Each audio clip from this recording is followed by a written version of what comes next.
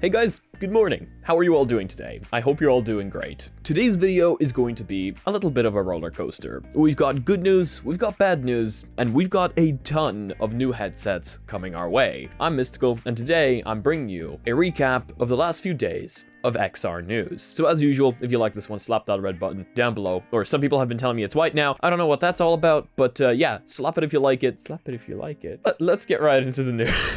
So first of all, let's begin with a little bit of a privacy piece. And this is actually something that people have been quite worried about since the very beginning. The Rift S is actually, I believe, the first headset that people became worried about this on, as it's got cameras, and it was created by Facebook. So people were very worried about privacy concerns, especially now that we've got mouth and eye tracking as well to add to that. In fact, some people had some skepticism as to whether those cameras ever turn off. So here's what Facebook had to say.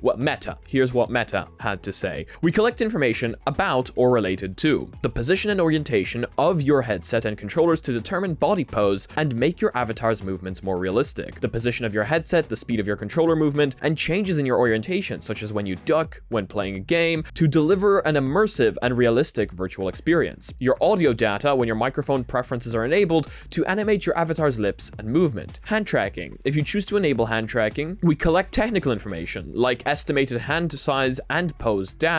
This information is necessary for the feature to work. Eye tracking. If you choose to enable eye tracking in the Quest Pro, we process abstracted gaze data to improve your image quality in VR, help you interact with your virtual content in an app, and to animate your avatar's eye and facial movements. Raw image data of your eyes are stored on your device. We also collect and retain certain data about your interactions with eye tracking, such as tracking quality and the amount of time it takes to detect your eyes, to provide the feature and ensure it works properly. Natural facial expression. If you choose to enable natural facial expression, and this is more of the same, so it seems that it doesn't leave your device but is stored on it. Fit adjustment. If you choose to enable that on the Quest Pro, they process abstracted fit adjustment data to check whether the headset is aligned optimally and provide headset adjustment tips. Meta offers additional detail in privacy notices. According to Meta, all 4 of these features have the same fundamental policies for privacy. These features are optional and can be disabled at any time. These features are not used to identify you. Raw images are processed only on the headset and not sent to Meta and third parties. Raw images are deleted after processing and not stored on the headset, and all sensors on the headset, including cameras and microphones, are disabled when your headset enters sleep mode. So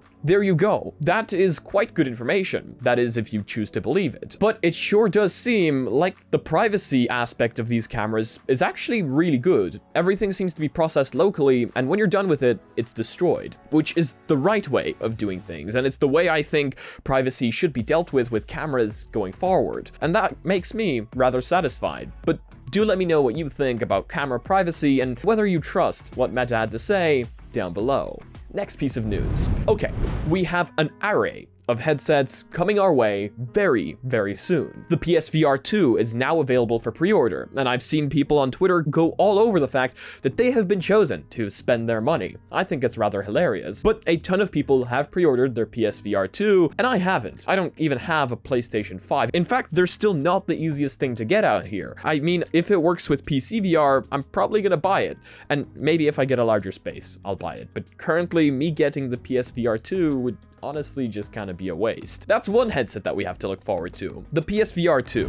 However, it also seems like Apple is going to be joining the game much sooner than I thought. The Apple headset will reportedly enter mass production in March, which is literally just a few months away. Like, it's not a year away or any like crazy amount. Taiwanese news outlet Digitimes reports its sources hinted Apple will use Taiwan-based Pegatron as its sole assembly manufacturer, with mass production beginning at the end of the first quarter of 2023. Digitimes claims the rough estimates put the 2023 production run at around 750,000 units, saying its industry sources claim it will mainly target commercial markets. The Information and Bloomberg's Mark Gorman have previously reported the product will be priced between $2,000 and $3,000. $1,000. So it's definitely not going to be for everyone, unless of course that price point is completely wrong and we're going to see Apple produce something much cheaper. But it's Apple, so I have my doubts. I don't have an iPhone, except for people have pointed out that massive stack of 5S's up there. But apart from that, I don't actually have any working iPhone or Apple device. So while I'm interested in the Apple headset, and I'm very excited to see what they are going to create. After all, where Apple goes, other companies tend to follow. I mean, just look at the headphone jack, look at the charger in the box, and look at other questionable decisions. It's going to be interesting to see whether other companies also follow suit here. But this is all just reportedly, and we have no official news yet. And adding one final headset on top of that, the Quest 3, which will supposedly also be released sometime next year. We have a ton of new headsets coming,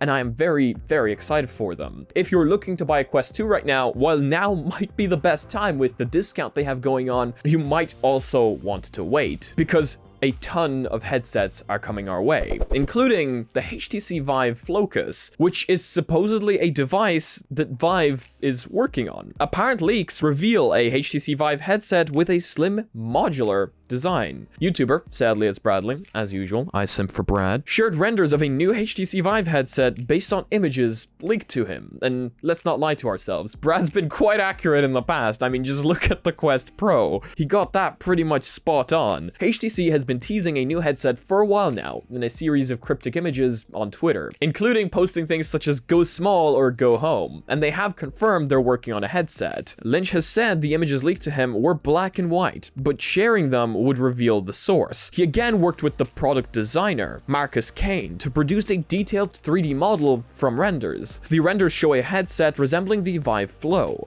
but with a rear padding and a total of 5 cameras, 4 on the edges of the front and sides, likely for tracking, and 1 in the center, likely for pass-through, just like the configuration on the Pico 4 and the Quest Pro. This new headset will apparently include the same tracked controllers as the Vive Focus 3. The existing Vive Flow uses your phone as a controller, which isn't ideal for many people, so it using actual controllers would be really, really nice. Its purported unique feature is its modular design. The rear padding containing the battery can apparently detach, so you can use it in glasses mode, powered by an external USB power source or acting as a PSVR headset. This would likely make it suitable for media watching in bed or lying back on a couch. That's really cool, because of course you wouldn't have that backplate to lay up against, which would make it a lot more comfortable. And that should also mean that it should be light enough to wear as glasses for a longer period of time. The lenses look like the same pancake optics used in the Vive Flow, but Lynch said the LCD panel resolution has been increased to 1920 by 1920 per eye. That's higher than any Meta headset, but lower than the Vive Focus 3, Vive Pro 2, and Pico 4. Originally, Brad said he was told by multiple sources that this headset will feature a processor much more powerful than the XR2 Gen 1 that is inside the Pico 4 and the Quest 2. However, now he's come out saying that this is actually incorrect and it will have the same processor as both of those. I mean, I personally would have been much more excited for that more powerful processor, but the XR2, as shown by the Pico 4, can actually still pull a lot more power than it's pulling in the Quest 2. So, still quite exciting, depending on what kind of heat dissipation system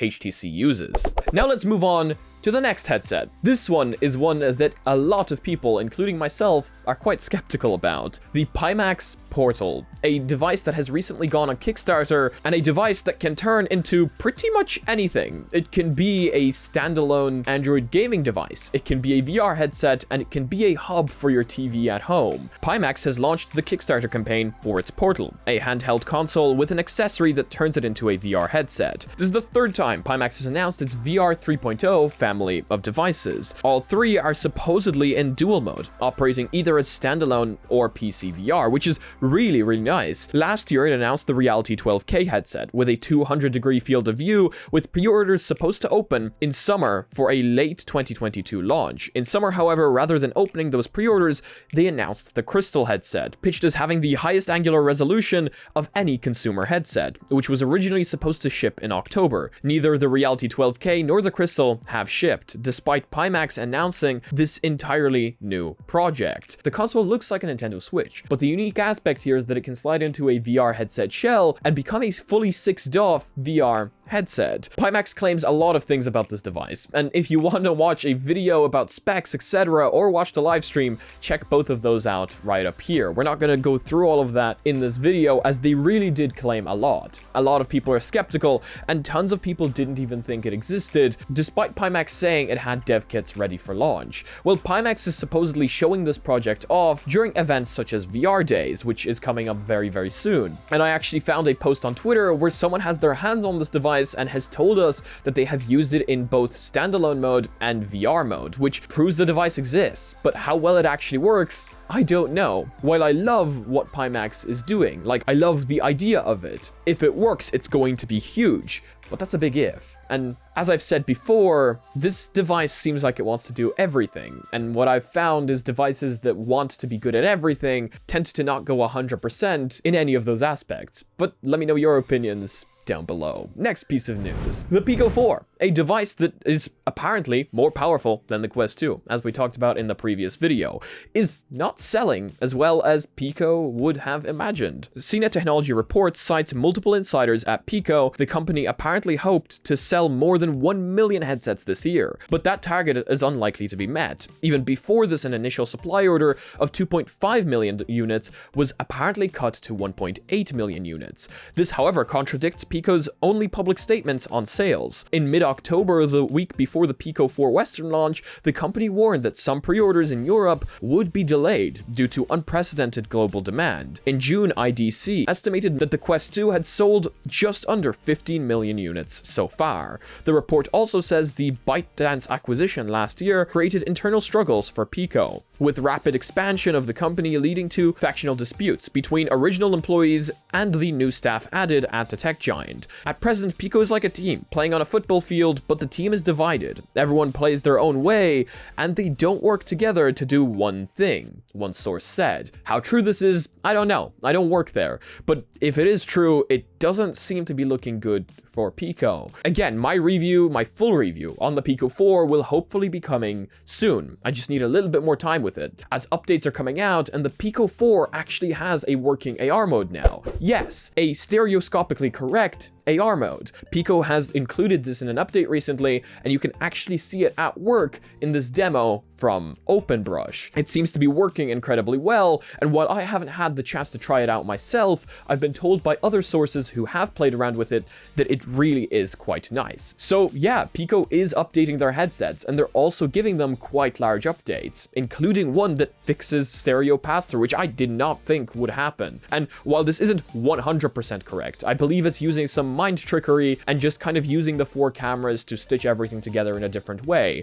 But I'm not entirely certain. I'm not technically advanced enough to know exactly how they're doing it. It does supposedly look a lot better. So big props to Pico there for fixing the pass-through. And finally, we're just going to talk about the Game Awards real quick, as Among Us VR, Bone Lab, and more have been nominated for the best VR game of the year at the Game Awards of 2022. There's 5 nominees in total, though much like last year, none of them are AR games. First is After the Fall from Vertigo Games. Shell Games' Among Us VR is next, a game that was first revealed at the last year's ceremony. There's also Bone Lab from Stress Level Zero, Moss Book 2 by Polyarch, and finally Red Matter 2 from Vertical Robot. All really good games, but do you know what I've noticed? They're all standalone games. And while a lot of these can be played on PC VR, it's really interesting to see that we don't have any PC VR only games showing up there anymore, as companies are slowly pivoting from creating PC VR only games and focusing on high graphics and fidelity to moving to where the market actually is, standalone, as a lot of people can't afford a high power gaming PC and just want to be able to play on a standalone